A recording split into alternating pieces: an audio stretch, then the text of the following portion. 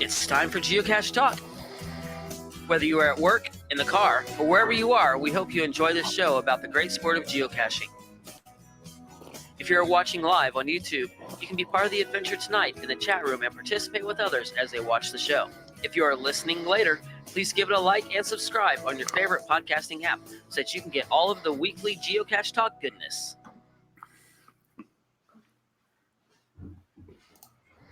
All right. Well, big thanks to the Travel Bugs for the music. Mm-hmm. You hear it on the audio side. And our featured patrons, CJ Hove, he's in our chat room. Carl, thank you, my friend. I think he's like Norway, so he's it's really early. It's really early over there. So, but appreciate him being on from that far away. That's great. Lady Black Cat, RAR 285, Chihuahua Jill, R&M Cachers, Cal Running, DE Cryptoman, Julie D, Lost Boy Rambler, and Houston, Texas Dave, and our new patrons, Toe-Headed Mule, Team Steiny, Our Not Family, Our Cat Brain in the chat room. There's others too. I just happened to notice. S. Seiler, Terraviators, Coon and Bud, Motorama. Sound like a place you go to like roller skate or something. Kim Elisa, Bloody Cool, Traveling Geek, Life is a Horse on a Boat. I love that. Life is a Horse is one person and on a boat is another, but they became patrons almost back to back. So life is a horse on a boat. JR and Juju, Team G Winchester, Oil Bear 125, Boo Boo 1, Kitty Catch, Finley and his Drudge, Seebeck Tribe, Shark C, Curious KDB, Gene Hunter, the Caching Jeeper back with us. Thank you, my friend. And Fam Gustafson. And I'm sure I misspelled it because I mispronounced it because I always mispronounce them. If you'd like to become a patron, head on over to patreon.com/Geocache Talk for more details. Patrons get the new blackout coin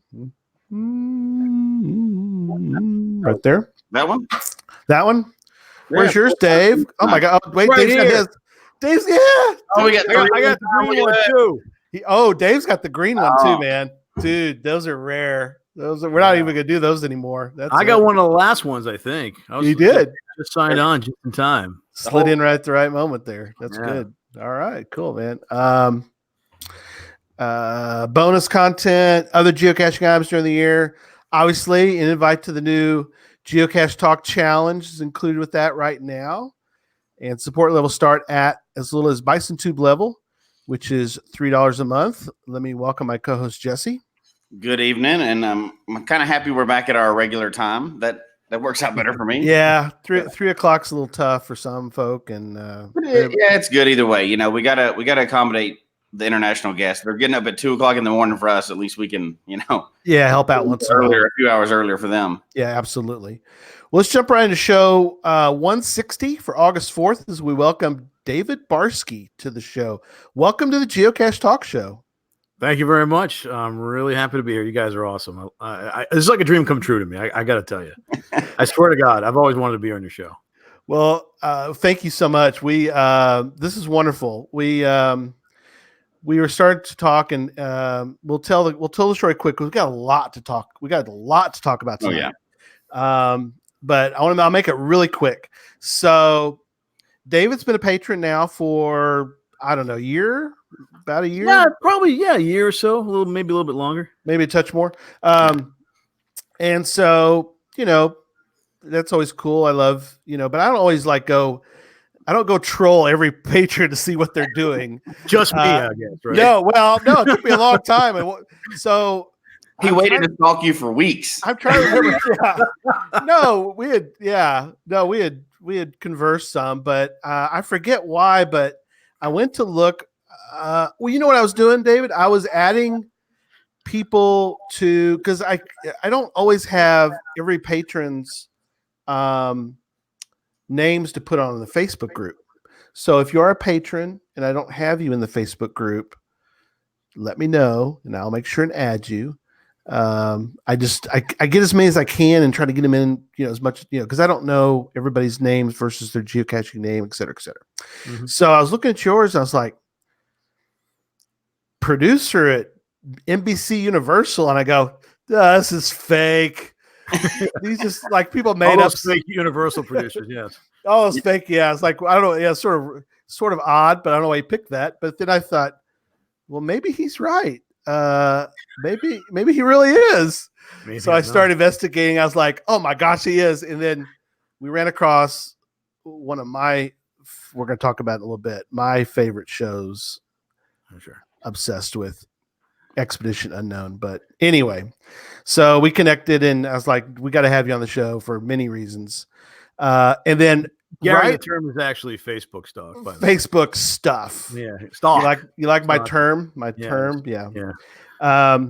So then right after we talked about having you on the show, we actually crossed paths geocaching, and we'll talk about that in a little bit. So, all right. Dave Barsky is I know you know this, but I'm just letting people know you've been nominated for 4 Emmys. Is that correct? Yeah. It's not why I do my job, but it's a nice thing that happened along the way. Yeah. Yeah. 3 primetime Emmys and 1 daytime Emmy. That daytime one snuck up on me this year. It was weird. Yeah, that's really cool. Food Yeah. interrupted, but a lot of with Dirty Jobs with Micro, Mhm. and then I think you'll get another one hopefully with the Stone Cold Steve Austin. He doesn't really go, but he doesn't use Stone Cold much anymore, does he? Or No, that was more of his, wrestling Wrestling. persona. Yeah, he's just Steve. He's just Steve. I know. That's great. So the show, USA Network, and I've actually went ahead and set it to DVR in case I happen to miss it because I don't want to miss the show. So, looking forward to that. And it's amazing to pull back the curtain a little bit on some of these things. And we're going to get into a lot of geocaching night, people. So don't worry. We're getting into a lot of geocaching. I hope so. I don't want to talk about my job all night. We will. Yeah, we don't. We got to talk some because it's amazing stuff. But anyway, but you wrapped up the show and it hasn't been shown yet, which I guess that's somewhat used. Oh, that's not unusual at all, really. Okay. Sometimes there's overlap of air and production, but yeah, tomorrow is basically my last day. I'll probably have a few phone calls to make throughout the week, a cut or two to watch of the final episode, but we premiere a week from tomorrow as well. So that's exciting. USA Network. Everybody make sure and check that out. It's basically, everybody knows Steve is a wrestler, and he has a podcast where it's primarily wrestling. Mm-hmm. He's a great interviewer, actually, but this is sort of more of a, I don't know, sort of the pitch was amped up comedians in cars getting coffee, if you know that, with Jerry Seinfeld. Mm-hmm. Yeah. Instead of cars, we're in tanks and things like that. And we're having fun, and we're meeting a whole array of people, country music stars, actors. There is a wrestler involved as well. Only 7 episodes right now, but the network's liking it. So high hopes for more. Good. Yeah. What was it like working with Steve Austin? Honest to God, he is such a sweetheart. He's such a hard worker. And I think in WWE, you have to be, you have to find that balance between performance and really working hard. He says it's the hardest job he's ever had, and I mean his body certainly shows it. He's seen some times, but he really wants to make everything work. He listens and he trusts the people who are charged to help to produce the show, including myself. And we hit it off from day one, and it was a great working relationship. He's just so knowledgeable in what he does, and he's so eager to make everything work. And we had some great guests. I mean, a wide array of guests, and some people I never thought I'd meet or even care to meet. But like Dale Earnhardt Jr. I mean, NASCAR legend. I mean, one of the biggest names in the history of the sport. I never really cared. I'll be honest, I never cared about NASCAR before. But Dale is probably one of the nicest men I've ever met in my life. Oh, very cool. Amazing guy. Amazing to hear. Yeah. So it's a great experience. Yeah. We'll come back to that in a second. I did, Jesse reminded me we forgot about the news. So let's jump back into the news real quick. You're so excited about this. I know. I get right on jump in. It's like news. Oh, okay. I want to hear the news. I miss it already. There's a lot of stuff going on, right? There's some kind of challenge happening right now. Yeah. Well, there's some kind of challenge, which actually Dave's done some planning for that. But yeah. Indeed. So the Geocache Talk Challenge started August 1st. And some people have really been able to get out there and play. Some people hadn't got to play too much yet, but a lot of people are on the board. Yeah, I'll show the board real quick just for the heck of it. And some people are just going crazy. There's the board. You have to scroll down quite a bit to find me. I think I only have 20 points or something right now. But you've got a plan, and that's good. We'll talk about the plan here in a minute. So, don't worry about that. We'll Gary, you got to get out and get a few points this weekend. I did. I got a few. We did 8 counties, which isn't really our normal. We usually try to do about 12 every day, trying to get through, all the counties. But it's been fun doing those, and we got some extra points by doing that. And I actually signed. I told Jesse about this the other day. I signed 3 challenge caches, so I thought that's kind of cool. I haven't done many challenges. Already, I told you would. I tell you, well, Project GC, it's so easy with Project GC. It just tells challenge caches are great, man. I mean, there you go. If I were going to do a power run, no, seriously, if I were going to do a power run, I'd rather do challenge caches that I primarily haven't met yet. Because think about it, once you do meet, it's like finding loose change in the couch or something. Oh, yeah. That's right. Free smiley all of a sudden. That's right. No, you're I have a exactly. big list of them, and it's always fun to go back and go, oh, I have met this now. This is great. And with Project GC, and we're going to do a Project GC show in a few weeks. Again, well, like stepping back into that area because there's so much to do. We can't do it in one show, but you could drill down in Project GC so far that you could spend an hour just talking about one of the pages on there because there's a lot. I know I've spent more than an hour myself on there, so there's a lot of things to do on that. But Gas Station Tuna mentions we have Challenge Alley here, and that's over in your neck of the woods, Dave. You could go do that. I've done it actually. I did it over a year ago. I've only met 7 of the 25 or some that are out there, but actually I'm going to get a few more this week on my trip. Oh, very cool. Yeah. Awesome stuff. So I got to get out this weekend, and we went more of on a testing run. So we went and found a virtual and a Where-I-Go and letterbox and a multi. I think that's all the ones we tried. Traditional, everyone, even DNF to cache. We didn't see what happens. But we still DNF'd one. We actually did DNF it, but that's cool. Just to test every different combination because there's like we were talking about before the show, and everybody's aware. It's a beta test. They're trying different things. If it worked perfect, they wouldn't need to beta test it.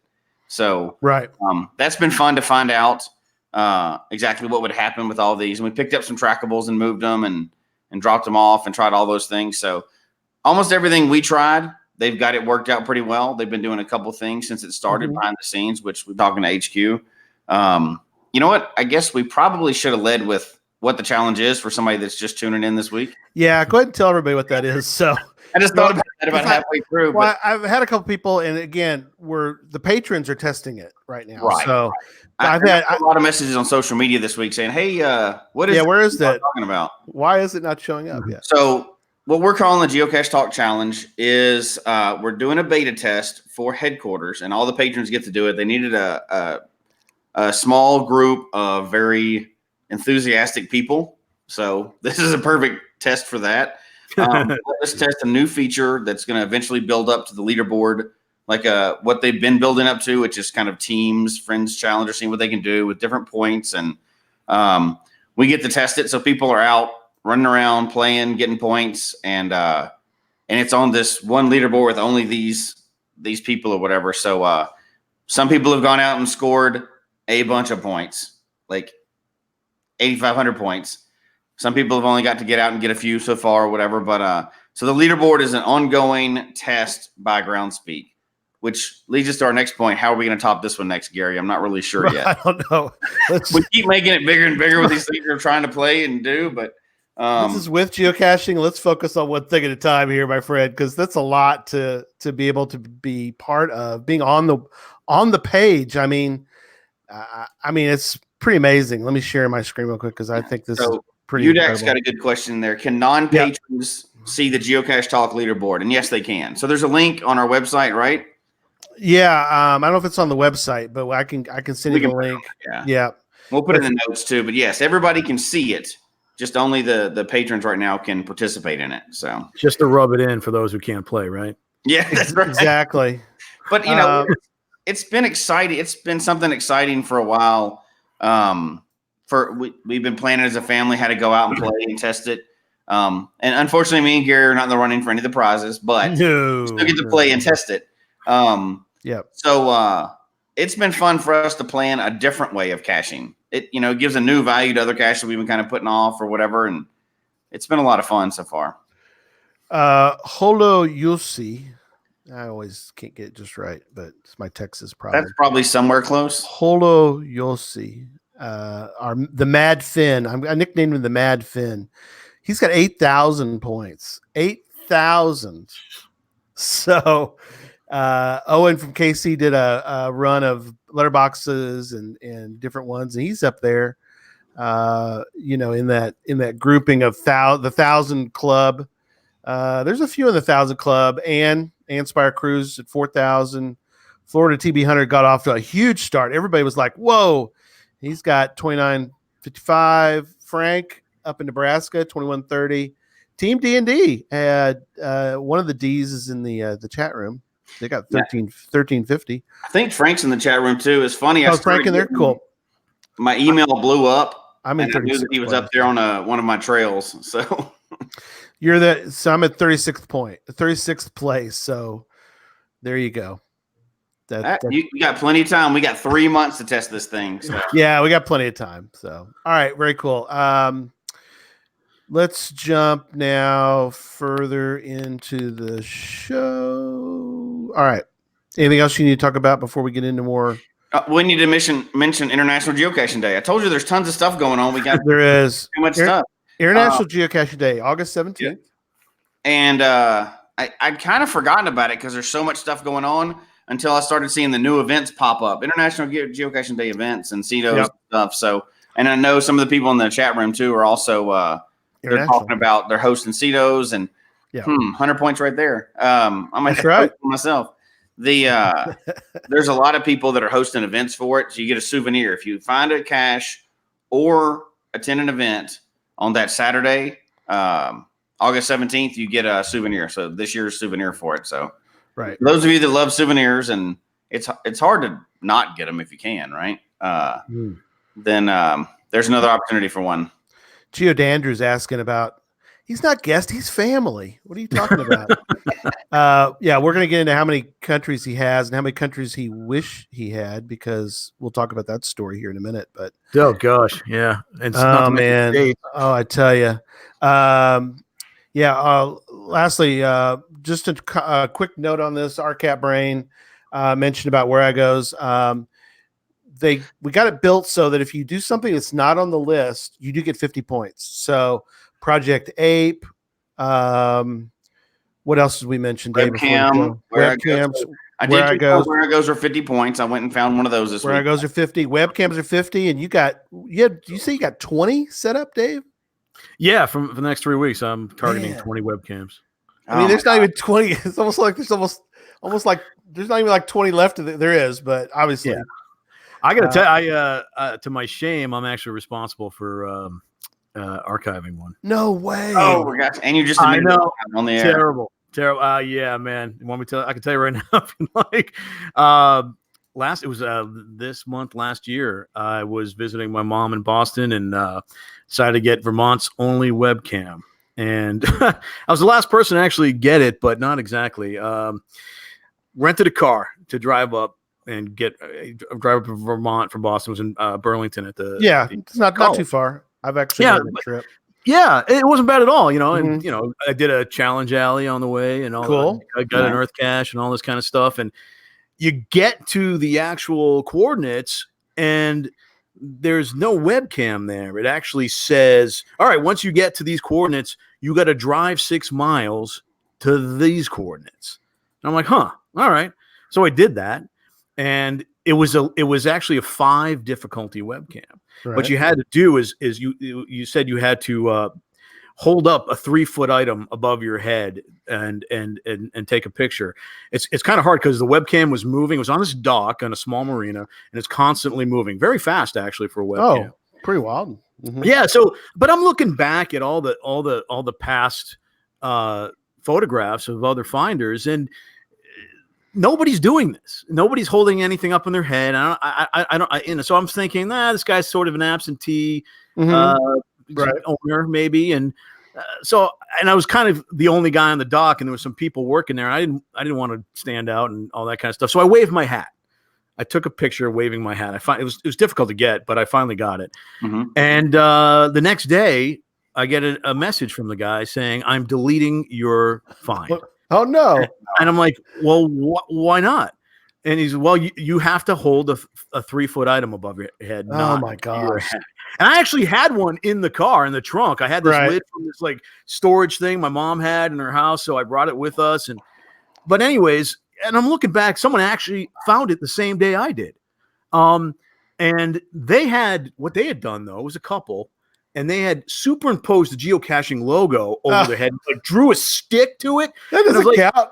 It was so, and that guy, and he accepted that. I'm like, what the heck is that? And you could tell it was done that way because there was something 20 feet in front of them that the thing overlapped. Right. Yeah. You know, It's not real. Come on, man. And I wrote him, so you're accepting that, but not my fine. He's like, well, I couldn't exactly tell that it was superimposed. Like, all right, whatever, dude.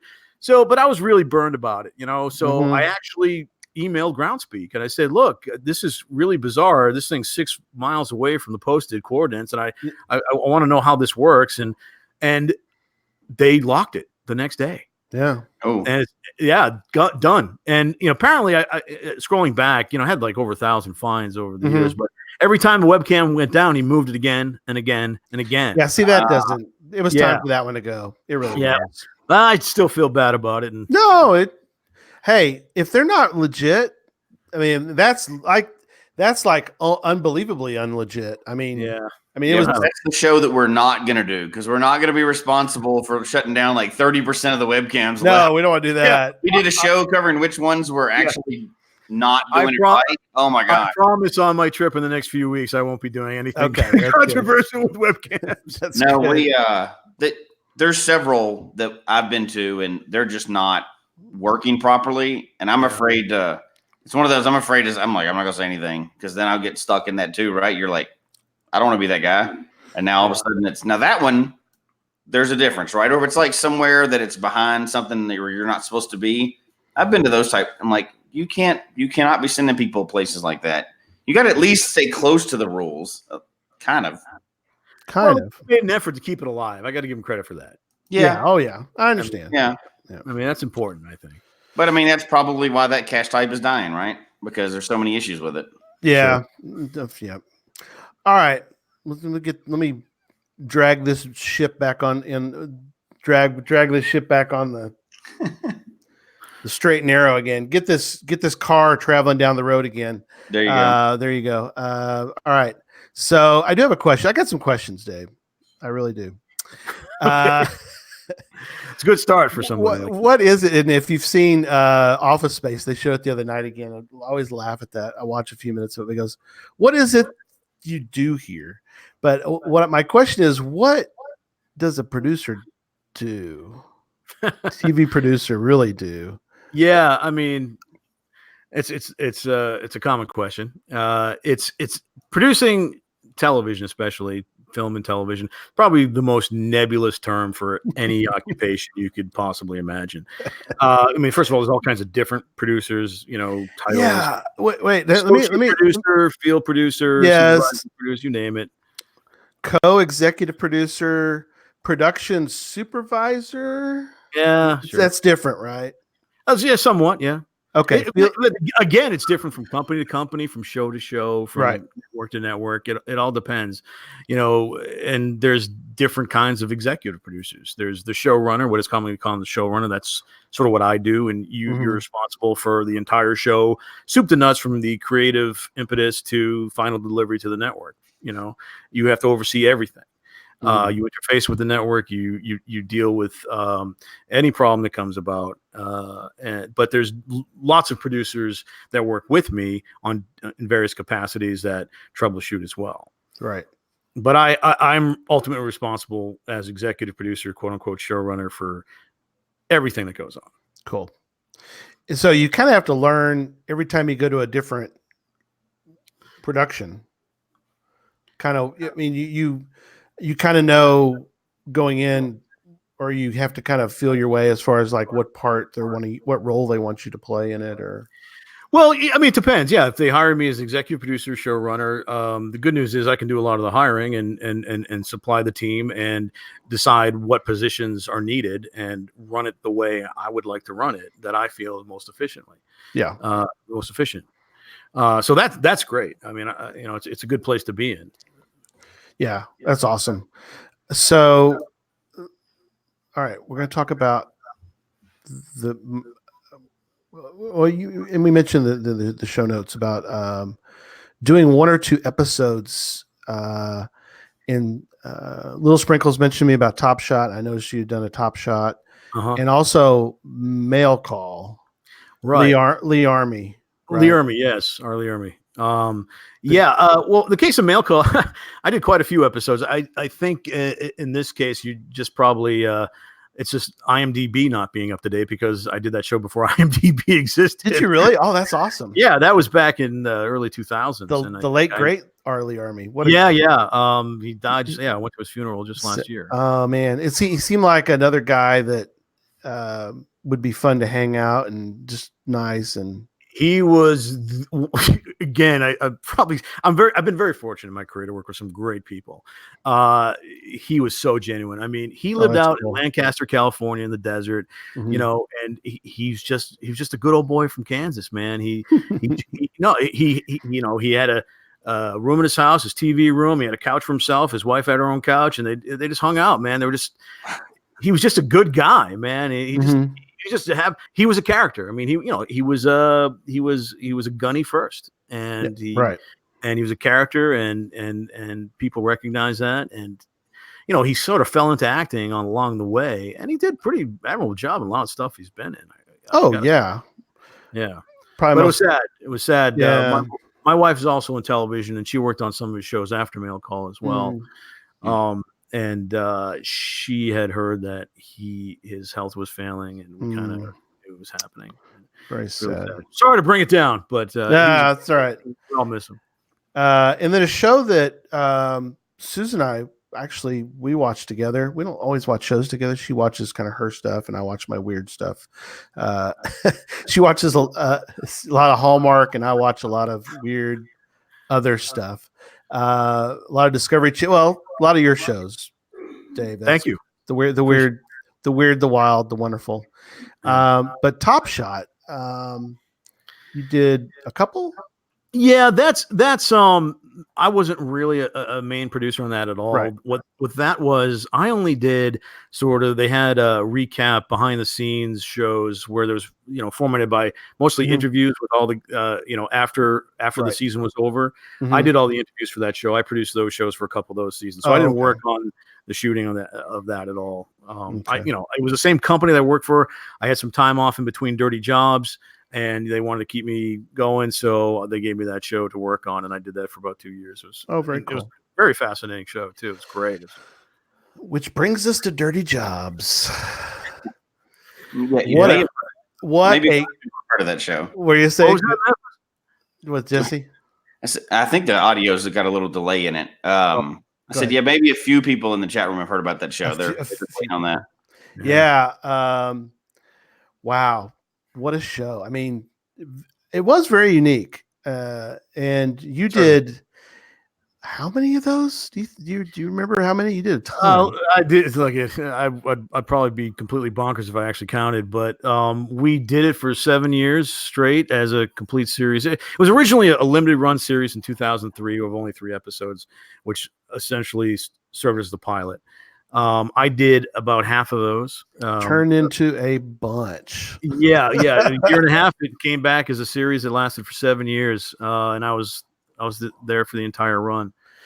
We did about 300 jobs in 7 years, and I participated in all but 22 of them. That's incredible. Great. So let me mention a couple of them for people to you need to go watch these. You can always find this kind of stuff out there. But Deadly Snake Wrangler. Oh, that was a great one. And we'll get back to those. You get some Australian ones, the Outback ones that are kind of interesting.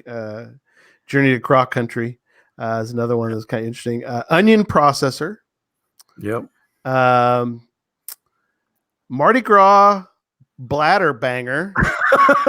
Yeah, it sounds like it would get personal, but it's not. What do you think? Water Softener Technician. Oh boy.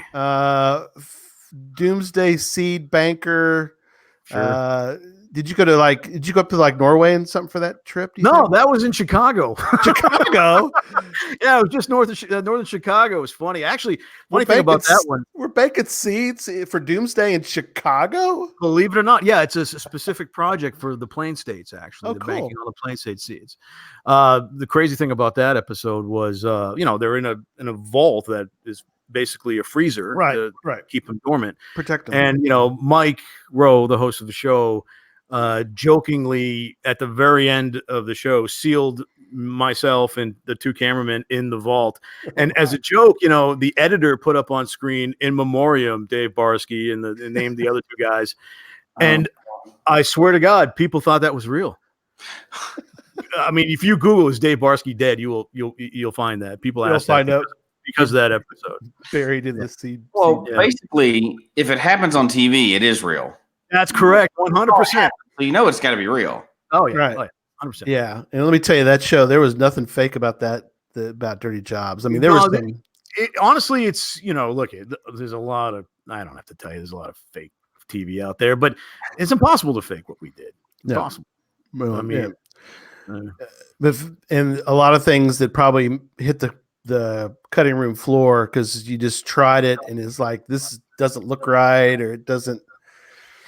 Or it failed, and something failed in some part of it. Yeah, I mean, honestly, I think we aired just about every job we did, bar one, but we used part of that for a special episode later. But yeah. Was there any that were ever pitched and it was just turned down, or did it get that far? Well, yeah, occasionally it depends who turned it down. I mean, I usually would do the turning down. The network, I don't think, ever turned down anything that we suggested to them. They they trusted us considerably. But there's a lot of our programming came from the viewers. We were actually actively soliciting for people's jobs. Write us, tell us what you do, and I would say, gosh, maybe 75% towards the end were 100% from the viewers writing in and saying, hey, I got this crazy job, you should come and check us out.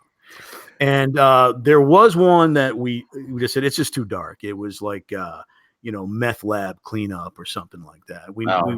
That came up a couple times. It wasn't for us because the show was ostensibly a comedy, really. I mean, we always had fun. We weren't poking fun at the people who did these jobs, but Mike, as a surrogate for the viewer, was incredulous at times because it takes a real person to do this job, and some people are just not up to it. Let's face it. Right. Mike himself. So, we couldn't do something like Meth Lab. It was just too dark and too weird, and it was just hard to do. Oh, but here's one. Let me show this one. Oh boy, I think I know what you're gonna show. He knows what's coming. Yeah. This is my own fault, really.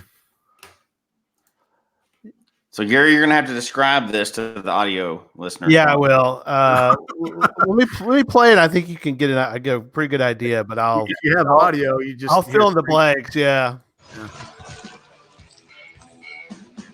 That's gotta hurt too. Oh, that one did. Ooh.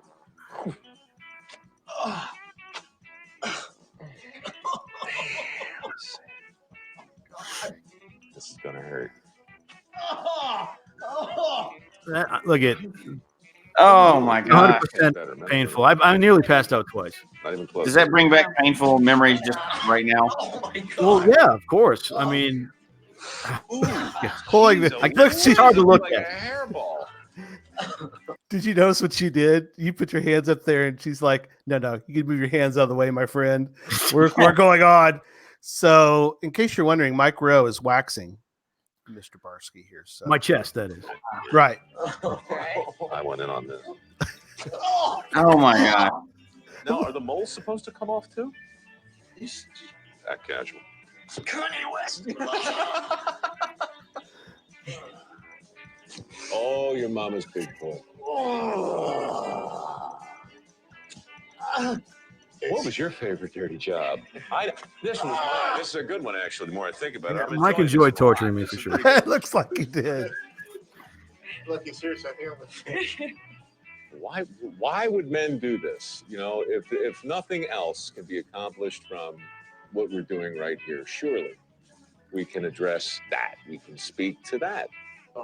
Men around the country lying here willingly, having hair removed. Why would they do it? What happens? Never again. Never again, dude. We ought to build a memorial for you. Never again. Oh my gosh. That looked very, very painful. No, as I said, I nearly passed out twice, and it was funny. That was actually done on Mackinac Island, and if you know Mackinac Island, it's up in Michigan between the Upper Peninsula and Lower Peninsula. And great place. I mean, they Good filmed caching up there. Oh yeah, well, unfortunately, I wasn't a cashier at the time, but you know, we had done some jobs up there about a year prior to that, and we just went back, to do some interstitial stuff and for specials. So Mike just standing on camera talking about past episodes, but I decided, hey, we got time to do this. Let's try this. We go to Mackinac just because we knew it was a great place to drink and have fun, and just kick back for a weekend. But then I did that, and my wife flew in, and I swear to God, that night I couldn't even hug her. It hurt so bad. I mean, it was just, and it was already growing back the next day. It had all these ingrown hairs. It was awful. Oh, that's crazy though. How long before it got back to normal after that? For me, it was like 3 days. That's hysterical. Yeah. Oh man, that's awesome. I'm glad that is not a fashion trend for men here in this country. Yeah, you didn't show the part where you did my nose. That was even more. No, we kind of left that one out. So. Yeah. All right. Well, was there a favorite one or a least favorite one out of all those jobs? You mentioned that we can't talk about on our family-friendly show involving chickens in the chat room, but chickens. Oh yeah, right. We have a family-friendly show, so we probably couldn't even have a discussion on that if it's real. Yeah, but, there's favorite or least favorite somewhere. I don't know. I mean, it's tough because there's so many that were so great, so iconic for our show, and it doesn't exist anymore. But probably one of the most famous episodes we had was in north of Las Vegas at Farmer Bob's pig farm. There's a pig farm in the middle of all these developments in Las Vegas, and what he does is he takes all of the food waste from the casinos and feeds it to his pigs. And so it's just it's sort of an eco thing, right? And he he raises his pigs and he sells them, and it was just a crazy episode. It was just wonderfully disgusting, and it was perfect for our show. And it's one of our most famous episodes. Bob was just a great character too, and I think he's since sold. I mean, he had some prime property out there, and the courts were always trying to shut him down. All the developers, and I think he finally sold it for like $1 gajillion. Oh wow, yeah. But there's the best, and there's like the dirtiest too. I mean, I rewatched the one where the people are making parchment or vellum. And that looked pretty nasty because you got to scrape all the flesh off the hides. Yeah, of the animals. Tannery, yeah, it's tannery basically. Yeah. That was one of the worst smelling places we ever went to. I mean, just basically rotting flesh and the chemicals they use to take it off. Yeah, a lot of lime that you got to use for that. Brutal. Yeah. But the company, you literally can go back out, and they weren't selling them at the time. Now you can go out, you can buy a lot of the parchment. Like if you want to buy a piece of parchment, like made from cow or sheep or whatever, and use it for book binding and lots of different things they've used it for. So funny story about that place. That was actually filmed right down the street from where the guys, my old friends from American Chopper were building their motorcycles for a while. And they heard I was in town, so they came by to visit. A couple of them came down to visit, and they walked in they opened the door. And they said, "Oh my God!" And they walked right out. right out. Yeah, American Chopper was a great show. Yeah, I think that's coming back too. Believe it or not, iconic. Oh, really? Wow. Yeah, I heard it was. I heard it was. Maybe they need a co-executive producer, something like that. Yeah. Field producer. Yeah. All right, we got so much to talk about. Let me. I do need to talk about Expedition Unknown a little bit. Absolutely. You and I have talked about it some, but season 2 of Expedition Unknown, Mr. David Barsky producing. Yeah. I was actually coming off 2 years straight on Bizarre Foods, which was a great international show. I love Bizarre Foods too. Yeah, incredible show. Yeah, another great, unique show with an amazing host. And I was not out in the field for that. I wasn't directing out in the field. I was more of overseeing everything. So that included overseeing the post and supervising the editing and stuff. So I only got to go out in a couple of episodes. I was like the first of the season, just to make of each season. I was there for 2 seasons.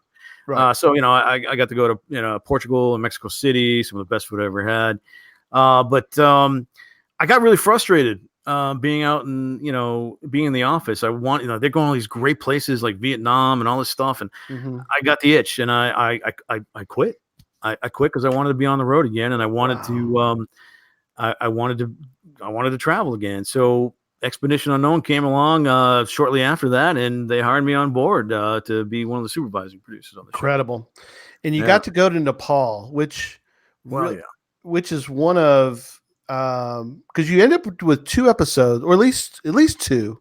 I think I did. Ultimately, maybe 6. Is it really came out of that area? Because I think so. Right, but so 2 episodes in the Nepal show on the Nepal show. Yeah. Sorry. The Nepal show with the Shangri-La. Yes, which absolutely. has got to have been just watching it. And again, I've watched every episode. I'm such a geek about Expedition Unknown. Oh my gosh. I can't tell you. But watching it, and I actually kind of, because like I said, now I rewatch them over and over again. And my wife's like, "What are you doing?" I'm like, "Well, I kind of might have missed an angle or something there." And I want to watch it again and try to see if, but even before knowing that you'd done these, I watched them and I'm thinking, how can you film out in the middle of nowhere?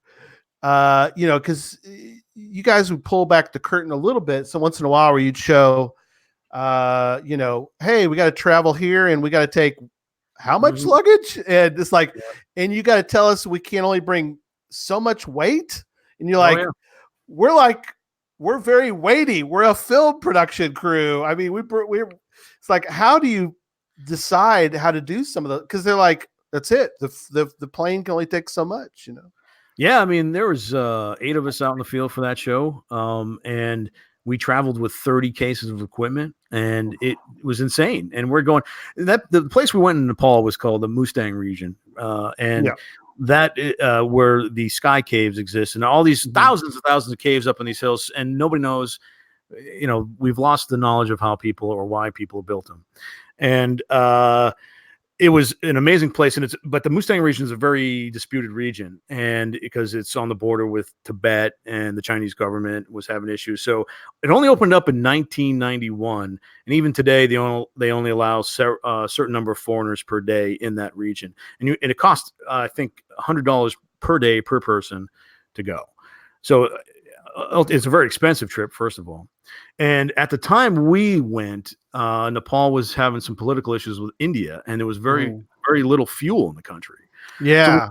So we have to land in Kathmandu and take a helicopter further out to this region, and then drive for hours and hours up to this, it's basically desert rock, crazy, we're crossing rivers and all this stuff. But with 30, the problem is, first of all, there was no fuel, and somehow our fixer in the country, this guy knows everybody in the country, got black market helicopter fuel to get us out there. That's incredible. So, yeah, I mean, which is a thing, I guess. Who knows? I don't know how we did it, but I don't ask questions. Just make sure the show comes, right? Get done. But yeah, it's kind of crazy because you're on these rocky cliffs with very narrow roads, with a river running down and a waterfall going 100 feet, and really precarious stuff. We had to get out of the truck to make sure, in case we were washed out, and only the driver went. Right. It's incredible to think about. Which is crazy, on the way back, actually, in that one area we had to get out, there was actually an expedition truck in the bottom of the ravine when we came back. Somebody had a bad day. Oh my. Yeah, it was crazy. So it can be you sometimes. Yeah. Oh, and then as a producer, you've got you have a situation in that particular show where you get an opportunity to have Josh. You had to figure out a way to get Josh to up to back to Nepal, or back to another spot where he could. They were looking for Bigfoot too, kind of doing the Yeti stuff, and you got. That's a different episode. That was a different episode. Right. Yeah. Right. Yeah. But then you got to figure out a way to get him out of there temporarily and then bring him back. And oh my gosh, I can't imagine the planning and you just kind of go with it, I guess, huh? Well, yes. I mean, 50% of it's done by the seat of your pants. I mean, that's what this is reality TV. Well, I don't really call it reality TV because I think that gets reality TV. Bad name. There's the Kardashians and all that. Yeah, that's not good reality TV. Yeah, no, I call it nonfiction television. Yeah, because, that's a good way to put it. It's more investigatory. It's more immersive. It's not people just yelling at each other all the time. But yeah, I actually discovered geocaching while I know expedition unknown. Great story. Yeah, so you started and you were in Nepal. So let people know. I've got to fly this bugging the heck out of me. I'm sorry if I'm doing this. People watching the show, it's like, get out of here, fly. I'm busy. And yeah, tell the story real quick about because you don't have Nepal. No, I mean, yeah, I discovered geocaching on the way to Portugal and Spain, and that was a few trips earlier. But I, as a new cacher, I signed up in June, went to Nepal in November of that, right. And I had probably had 10 caches under my belt. I didn't have an opportunity to do a lot of caching. And I was dying to get a cache in Nepal, and there's very little in Nepal, but there was one in Tamil, which Tamil is basically the touristy area of Kathmandu, where all the outfitters sell stuff where you're going to climb Everest, and all the restaurants and bars and nightlife are there. It's sort of all the Westerners go there and hang out. Gotcha. And there was something called Tamil TB Hotel, and I'm like, all right, I'm going to get this guy. I'm in. Yeah, so I went looking for it, and it was like down this dark alley, and it was probably around 9 p.m. by the time I was able to go get it. And I was so green at the time, I didn't even know what the word TB hotel was. I didn't understand what that term was. Well, that's understandable. And I'm looking, I go down this alley, and I'm like, there's no hotel here. What is this supposed to be? I don't get it. How am I supposed to get to cash? So I didn't even know that a TB hotel was, an ammo can or something like that. Right. At that point, if I'm on the app and I'm not reading the description, of course I read it later, and it's actually in an expedition in an outfitter's office, and it already closed by the time I went there. But I didn't even know what a TB hotel was, and I was looking for a stupid hotel. How dumb is that? But I've come a long way. I'd like to say. I hope you have. You found over 6,000. Yeah, I'm 64 plus right now. 6,400. Plus. So a couple other stories. Then we got to talk about you're taking off here in a little bit to do a caching run. Yeah. Not tonight, although Gas Station Tuna in the chat room wanted to let you know there's an FTF that's just published near us. So. Oh boy! All right, I'm going. See you. Yeah. Thanks. Appreciate it. Yeah. No. Gas Station Barsky, Tuna, ladies and gentlemen. There he goes. Gas Station 2 is a good friend of mine, and he publishes a lot of great caches. He lives down the road from me, and we cache together sometimes. But he's got a lot of great puzzle caches. So I got to give him. He's totally trolling me right now. Right. I could. Yeah. So you got to tell the story about you wanted to get the country of Sweden. Oh yeah, country souvenir, which is a great story. Well, I was doing a show for the now defunct Red Bull Network. Yes. The show is now on Netflix, so go watch a show called The Road Trick. It's kind of fun. We traveled to 12 countries in 51 days, mainly Europe. Then we ended up in Morocco. And, it was great. I was like, hey, I get this, get to do all this cash. We worked our butts off on that show, though. It was 24/7. And I got for all the countries we went to, I got very few in each of them, And I learned a lot of lessons caching on that trip. But we were in Copenhagen at one point, and I noticed that it's only an hour train ride to Sweden, which is a country we weren't supposed to go to. And I'm like, hey, I called the audio guy and said, hey, you want to go to dinner in Sweden? Right. So we took the train for an hour and got some dinner. And I got a cache in Sweden just so I could get that flag in my profile, and I got the souvenir as well. Yeah. But that was a mammoth trip. I mean, I learned, everybody says, wherever you go, you got to open up the app and just see what's in front of you. There might be an LPC in the parking lot, I learned a lesson there because I was we were in Monaco for the Grand Prix, and we were filming on the same yacht for 3 days. And the yacht backs right up to the track, and you have, all these people watch the Grand Prix race. Yeah. right there. And I didn't have much time to cache at all in Monaco. And, we were staying a half hour away in Nice, France. So after we were done filming, after the fourth day, right before our flight, I took the rental car and I drove back to Monaco just to get a cache. And I found a cache, and it turns out it was right on the sidewalk, right in front of the yacht that we were on. The whole time. I was like, why didn't I just open this stupid app up earlier, man? But I did learn that lesson because I started doing it everywhere. Good. Yeah. Of the craziest, we went to the top of a mountain in Switzerland to go hang gliding. It's a snow-capped mountain. I said, hey, I'm going to open up the app. And sure enough, there was an earth cache about the glacier below. And right there where I was standing. It was crazy. Wow. That's incredible. Yeah. Somebody mentioned that, you go to Nepal. There's getting. What was it? That's a real earth cache. That's one worth getting right there. Oh yeah, it's obviously height wise, it's nothing elevation wise compared to some of the 14s you might have, but it's the highest I have to date. And it was about this 22-mile glacier below in the valley. It was beautiful. Wow, very cool. Yeah. All right, so you found. It looks like a cache in about 20 countries. 20 countries, soon to be 22, actually. 22. Yep. It's September after I do this trip in August. My wife and I are going on safari in Uganda, so I'm gonna go get some in Uganda on the way. We're gonna stop in Dubai to get some rest, and I'll get UAE as well. Cool. Wow, nice. Yeah. You got a bunch in Poland? Yeah. I went to Poland this time last year, actually. I noticed that my favorite band was going to be playing on my birthday in Poland. I'm half Polish, so I was like, I got to buy tickets. I don't even know if I'm going to be able to go, but I bought tickets to the show, and we decided to make a trip out of it. We were in Poland for 11 days, and I oh my God, they're right next to Germany, and I got to tell you something. I've only cached a little bit in Germany, but some of this stuff is rubbing off on Poland. Some of the best caches I've ever found. Cool. And a lot of DNFs too, I'll tell you that. Well, there's some good. No, they're tough. I mean, they're really creative stuff, and plus some stuff I've never seen before or since. It's great. But a lot in the UK.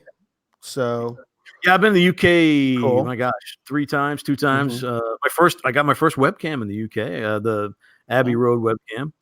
Yeah, very cool. Yeah, that's in the game, by the way. Oh yes. Plug the game, GC World. Gary Copy. You can have that one. Not only my first webcam, but it was actually my first cache in England. I made a beeline. Oh, cool. That's a neat one. So you've also found you found some in Switzerland. Mm-hmm. Yeah, spent some time. So I've worked in Budapest, Hungary 3 times in the last 4 years. And I was able to avenge a 2-year-old DNF in November. Oh, wow. That's awesome. That felt good. That felt real good. Gotta love that, man. So everybody has the same story when they find out about geocaching, but yours just sounds like it might be a little more extreme. How many things have you thought about that you've missed before you discovered geocaching? He's shaking his head. Poor guy. No, I mean, well, you're having Emily Renee on next week, right? Yeah, we are. 50 states. I mean, that's my biggest thing, man. I mean, she's got a great Instagram. I follow her, and she's been all 50 states now. For Dirty Jobs in particular, we made a point to go to every state for that show. Oh, wow. I didn't become a geocacher for 6 years. Was it 3 years after that I became a geocacher? Right. So that hurts big time. That hurts. We all have those stories. Yours may be a little more extreme because of the travel you've done. Yeah, man. Well, the Nepal thing, like I said, that really hurt. I didn't have time right before Nepal. We're in the Philippines. I didn't get the Philippines either. That was another fair one. So I was really bummed about that. I guess you just have to go back to all those places. Wouldn't be a problem for me. I'll tell you that. I'd love to do it. You've also found, I mean, you did, but you do have a few. I mean, you have some cool ones that not everybody necessarily has. You found one in Israel. Yeah, I have a DNF in Israel too, actually, the first one I went after. But yeah, that was again with Expedition Unknown. Oh my God. We were on a 30-day trip, five countries, I think. Israel, Turkey, where do we go from there? Budapest, Hungary, Austria, and Germany, 5 countries. And 8 days into the 30-day trip, I dropped my phone in Istanbul, and the whole side, the left side of the screen was inoperable, and that's where my app was. And it was very hard to cache. I was so bummed. I've never dropped my phone, broken my screen before. I couldn't believe it. It was unbelievable. Incredible. Yeah. Now, you have, let me see. Let me ask you also about Turkey, Monaco, Austria. Yeah, I've been to Austria a couple times. I love Austria. Beautiful country. Got a couple there. That's really cool. And now you've got a trip coming up. You're leaving in a few days this week. Yeah, Tuesday. I'm out Tuesday. here. You're out of here. Yeah. It's a road trip. Yeah. You're going to drive. You're driving from California back where you were born and raised in Boston area, correct? Urban Boston, yes. Yeah. And tell everybody a little bit about your plan for your road trip. I'm gonna cash the hell out of this country. And you're gonna move up the leaderboard fast. Yeah, I don't know about that, but I mean, I may change my plans and move to Finland and join forces with that guy. I don't know. Yeah, with Holo Jussi.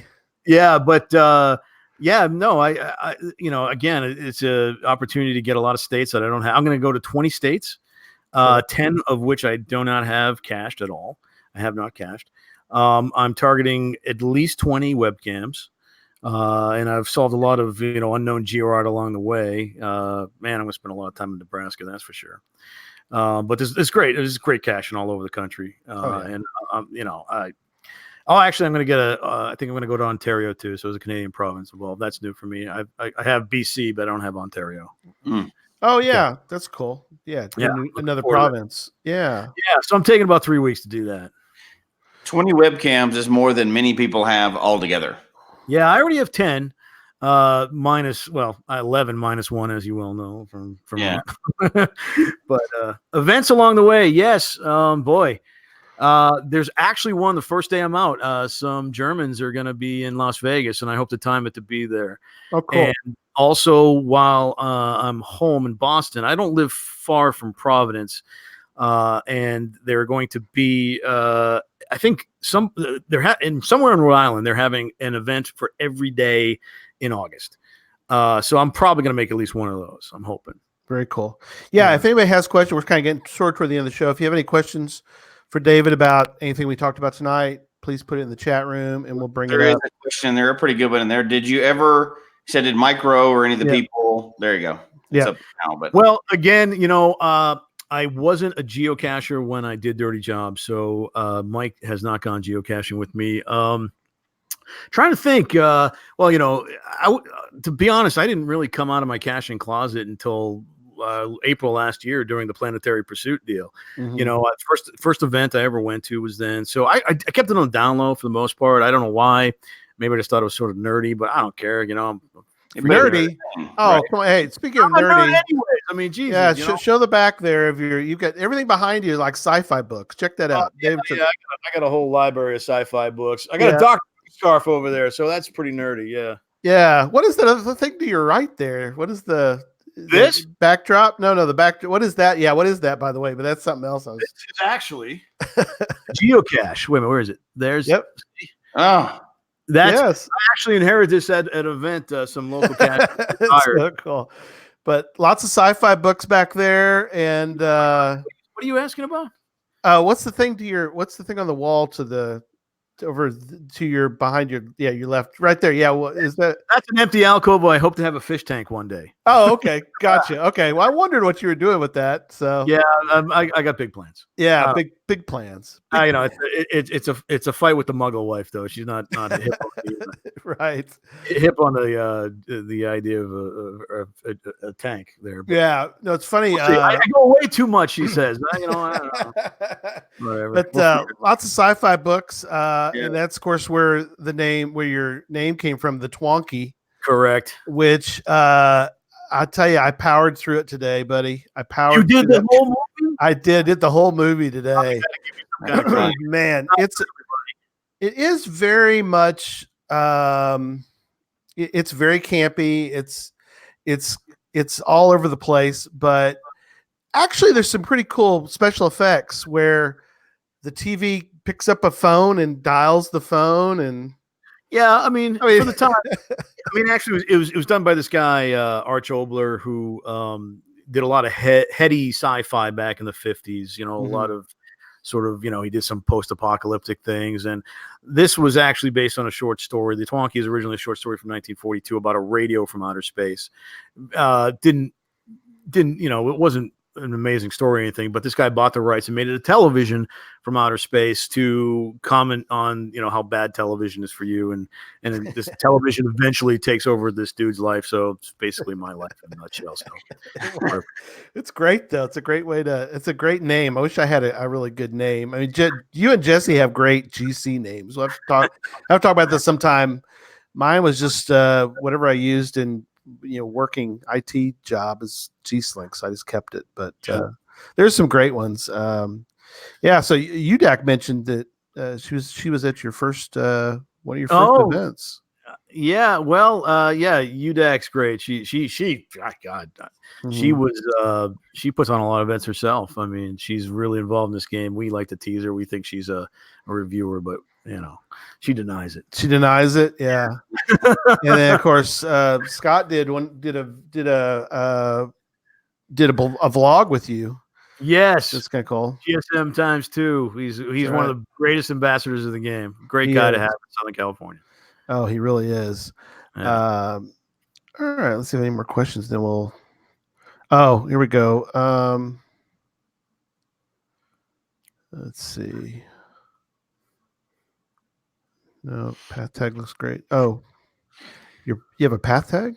Oh, well, I got a couple actually. I just got a new one. I don't know if I have. Do I have it? Yeah, I got a new one here. Oh, here we go. Basically the logo from film, and this is the color scheme that was on the poster. Let's see, I need. Oh yeah, the Twonky. You can go this way a little bit. There you go. Oh, cool. Yeah, I like it. That's I actually awesome. had another one. I don't have on my desk here, but it was actually the television from the movie. Right. And it had the Twonky in the screen, the word the Twonky in the screen. I got a few of those left. They're gonna disappear over the next 3 weeks across the country. That's really cool. Yeah. All right. So Jesse, what do you have any final questions or thoughts? Yeah, most of the questions are about, you know, who you went geocaching with and stuff like that. You kind of came into it after some of the shows that we talked about, but I think it's interesting that you kind of kept it to yourself for a little while. That's kind of cool. You know, everybody's got their own way of doing it. If you have a semi-muggle wife, does your wife ever go with you? Well, you know, by default, when we go hiking, we you know, to her though, geocaching is standing out in the sun while I fiddle around in the bushes. You know, she's not too happy about it sometimes, but then again, she's like, all right, look, I'm going to find this. And then she does. So she might as well just join. She just walks over and gets it. Yeah. Yeah. I mean, that's happened way too many times to even speak of, but she doesn't go with me at all for the most part, unless we're hiking, you know, for that purpose first, you know? Right. So you're kind of figuring out ways to incorporate the Muggle life into some of that. So that's cool. Yeah, when she wants to. If she knows it's primary, she's like, "Oh yeah, you're picking this trail just because there's geocaches you haven't got yet." And I was like, yeah. Well, it's, you know, 2 birds with 1 stone. You know, you're gonna enjoy yourself for the most part, until I take 20 minutes to find a bison tube in a pine tree. Yeah, that's so. If she lets you go geocaching and tolerates the whole wall of sci-fi stuff, I'm saying you're doing okay. Hey, actually, you're doing something. She likes the sci-fi too, so it's all good. There you go. I'm watching old episodes of Star Trek right now. Oh, sweet, yeah, that's my favorite. Oh yeah, of the series, the originals were to me is the best of them. But yeah, I have the opposite situation. My wife will go geocaching, but she's not going to tolerate any of the sci-fi stuff that I like. Yeah, so I get the trade-off either way. You know, you can't have it all. Yeah. So I think that I'm gonna let David. What are some of your final comments for tonight? We're gonna do this again sometime, but what are your thoughts for what are your final thoughts tonight? I just got to tell you, I got to appreciate what you guys do. I mean, I'm not a regular podcaster or anything like that. I've guested on some of my friends' Doctor Who podcasts because I'm involved in that world. I just appreciate intelligent talk about things I love, and you guys do it right. And it's not overly scripted or anything like that. It's just a bunch of people hanging out and having fun, and it's funny. It's funny that you're doing this leaderboard thing because I've always thought about what geocaching is trying to do with the Friends League and now Leaderboard or whatever they're calling it. And it occurred to me there's an opportunity here though, that you guys could be in the forefront of a new icon, really, or at least a sub icon. To tell you the truth, I like the idea. Like CETOs or sub of events. Yeah. Listen, I mean, what is geocaching trying to do with this stuff? At first, occurred to me that maybe they're trying to make it more communal, more, not that it should be Facebook, but getting people involved socially, through geocaching. Right. Virtual events is what we're doing right now. That's true. I mean, think about it. I mean, we're all gathering together, talking about geocaching. There are people signing on and asking questions and discussing things. I mean, this should be the new icon, virtual events. I totally believe that. Oh, I mean, that. Well, think about it, Gary. You could have Giga from Greenville every week. That's right. I kind of couldn't I? Yeah. Nowhere in Texas. I'm totally serious about this. I mean, if they really want, I think it's the next step. For all of this, and ostensibly every single podcast could have its own leaderboard potential. But I was thinking about this before you guys were doing any of this. I mean, this is really an event. This is a gathering of geocachers. And this should. I know you guys got a lot going on with geocaching, and you don't want to overstep your boundaries probably right now. But I'll call Brian Roth. Give me his number. Okay. There you go. Yeah, we've bugged them way too much this week about. I think they're a little tired of hearing us ask questions. They're like, "It's a beta. You guys need to slow your roll a little bit." It's like, but we got so many questions, and we want to do so much. But we did talk to them beforehand. But we're like, "Hey, can we do this?" And people have great ideas, and we've had a lot of great ideas this week about, "Hey, can we make teams? Can we have like Team Jesse and Team Gary? And can we do this? Can we do that?" And I've told a lot of people this week, it's like, keep them coming. We can't do it, but you keep them coming because we'll make a note and we'll tell them all at the end about. Well, we can't for now, but they're definitely open. And you've seen, we've all been in the game for a little while. You've seen how it's changed just in the last year. They've really been trying some new things, and I think they're open to a lot of like virtual events or leaderboards and teams. You can set up teams, state versus state, country versus country. I think they're really open to some ideas now because they know people want different things. Yeah, I mean, people love the historical old stuff, and everybody goes for that. But there's a lot of other options out there now. So you got to stay relevant, kind of, with that kind of stuff. But I do believe the leaderboard really gives people incentive for the competition thing, which we all love. I mean, you say it's not just not about the numbers only, but and it kind of is on occasion. Sure. And I know I want to beat that guy in Finland. The Mad Finn. Jeez. Well, you could imagine where people would do leaderboards with their friends. Like some people know that their style is, some people can't go and hike 5 miles, right? So they may have a leaderboard where it's, okay, we're only going to focus on terrains that are 1.5 or below. That's what we do in this leaderboard. There could be separate groups for a lot of people and really incorporate a lot of people that either have limitations or geographical areas. There's a lot of things they could do to really be a lot more inclusive of a lot of people that just can't. Not everybody's going to go find 8,500 points in 4 days. I mean, not everybody can do that. I am very, very fortunate for where I live in terms of geocaching, especially even within Southern California. I mean, I live in the last town that is in Los Angeles, and it's in the northwest area. And there's little pockets of, sub pockets of geocaching groups to my north, to the west, to the east, and I can easily get to all of them because I live sort of this mountainous corner of the valley, and the desert is just an hour away. The beach is away or less. I mean, and I go to events from all these different groups just because of where I live geographically. And There's so many. I mean, we can climb a mountain and get that solo geocache, or we can get a power trail of 200 caches a day out in the desert. It's a great place to live for geocaching, and I'm excited about it. Oh, that's another thing is, Dave's not too far from the ET Highway. We could all gather up and do the Las Vegas area ET Highway, man. That is on the list. It's like 2,000 caches, man. Yeah, that'd be awesome. Yeah. There's also the crazy one out by Blythe, I guess. The Road to Hell. Have you seen those? Oh, I've heard Yes. about that. Yeah. There's over 6,000 caches of that out there Wow. for that. It's man. nuts. Sounds like we need a couple of camper vans in a couple weeks. We could go have a Yeah, fun we trip. could go roll through it. Yeah, man.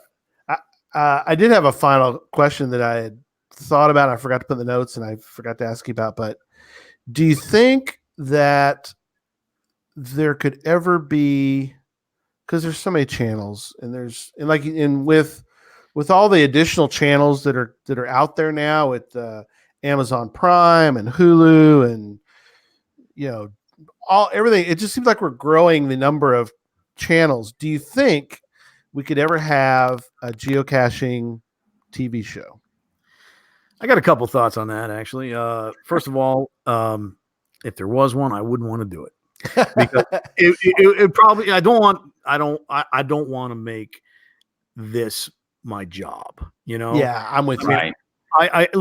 I'm fortunate enough. Like when I go away for a job, like for instance, for straight up Steve Austin, we went to Cleveland to hang out with Baker Mayfield. He's a quarterback at Cleveland Browns, and then we went down to Dale Earnhardt's place or outside of Charlotte, and we had a couple days off in between, and I didn't fly down. I rented a car and I drove. I took a detour to go to Pittsburgh area and cache Pennsylvania because then I went down to West Virginia, and then I wanted to get more caches. And even before every shoot day, I get up early anyways, 5 o'clock or so. If I have to start at 8 o'clock, I'm going to cache for a few hours. It's like it gets me in a nice, calm mood just to go find caches. And even if it's a power trail, I found power trails very meditative, because you get in a groove and you go out and do it. I always like to build in time before I shoot to find caches. So it helps me relax for the rest of the day. It really does. So it helps me focus. Mm-hmm. And I don't want to make that my job.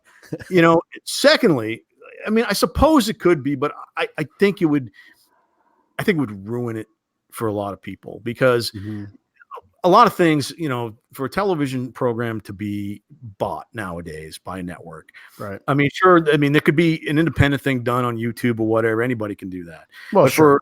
For a real, quote unquote, real television network to do it, the network would want every single cache to be on top of 14er and look like the Infernal Device. Yeah, I understand. I mean, ammo can. We love ammo cans, but that's too small for them. Right.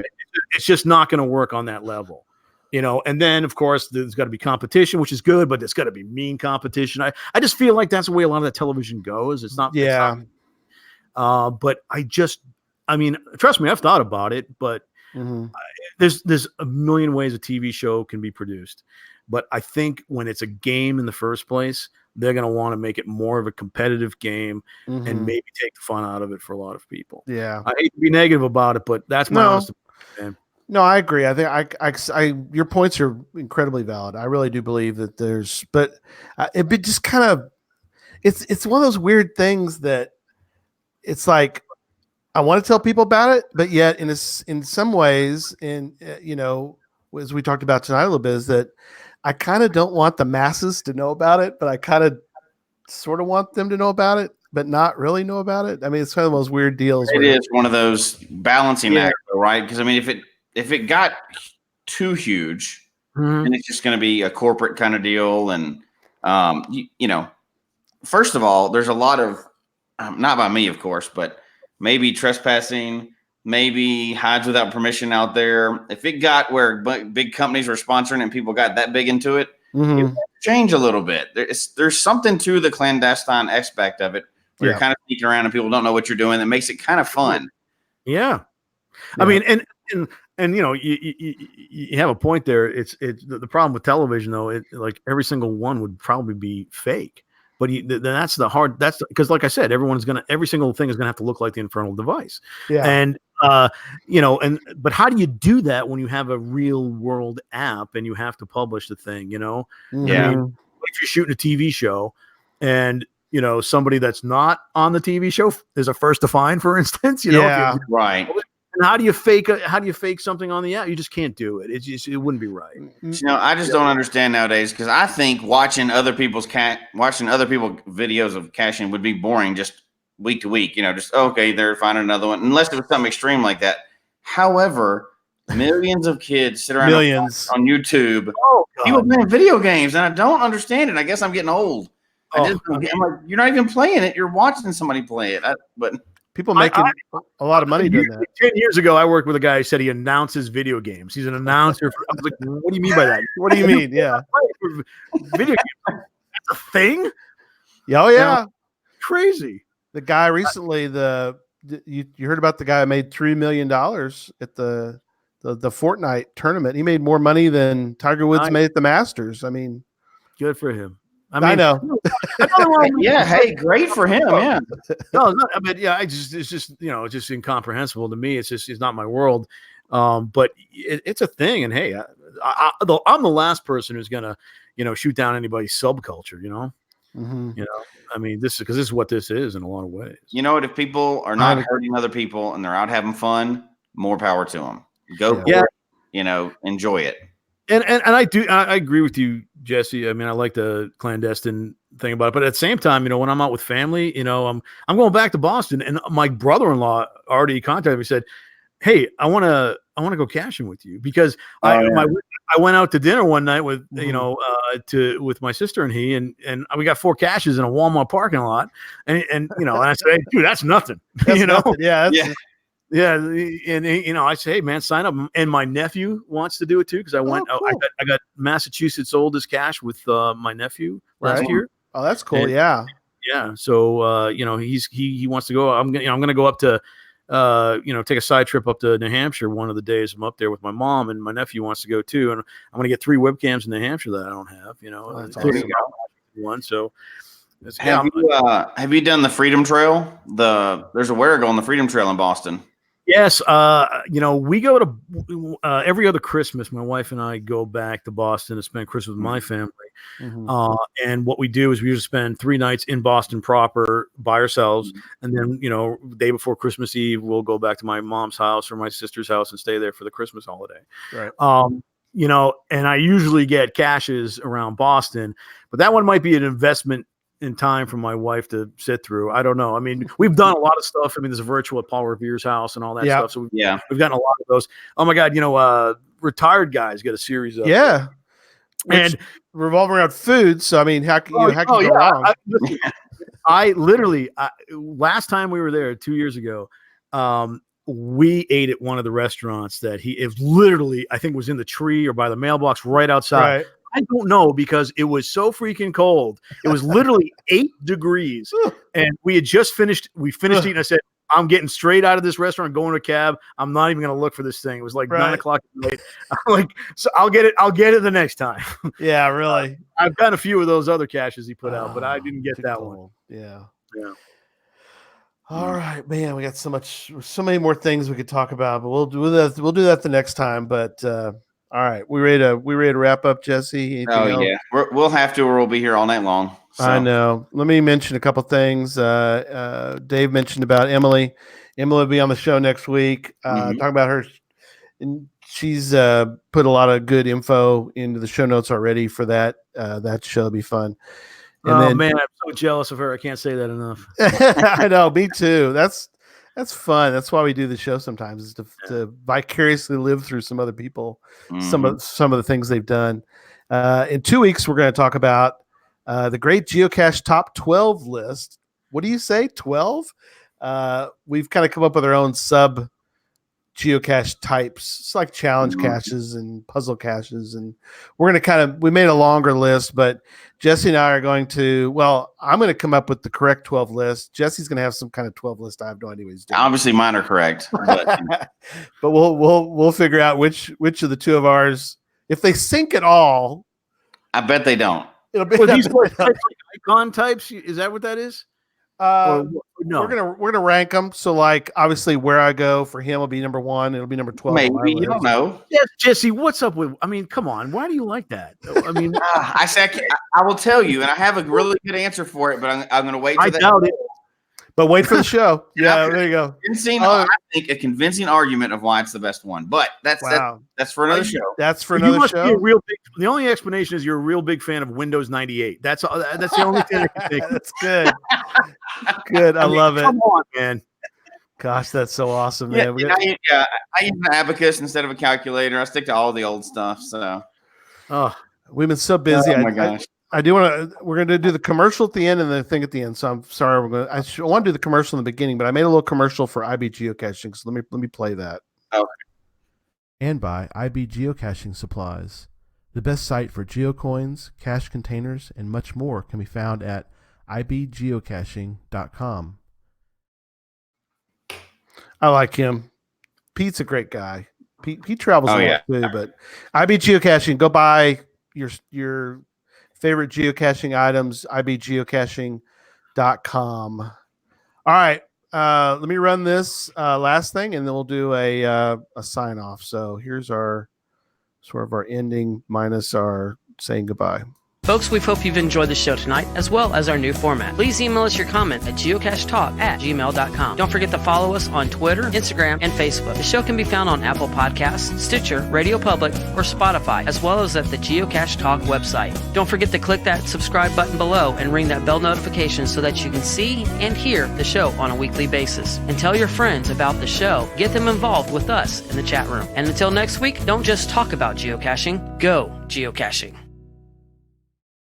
Oh man, Dave, thank you so much. Great show. Thank you for coming on. We really enjoyed it. If you're open to it, we will have you back because there's be plenty of other things to talk about in the future. We got to hear about this great road trip you got coming up. I know we got to hear about that. I'd love to come back for that. Now, and once I'm crowned the champion of your leaderboard, We'll have you back on then. Woo! That's calling it out right there. Yeah. There's Dude, some I'm a competitive guy. I can't tell you. I'm pretty competitive. That's good. All right. Well, once again, thanks, Dave. We'll love to hear about that, and thank you, everybody, for being there and being in the chat room. And we've got a lot of good comments tonight. So again, we will see you next time. Bye, everybody. Thank you.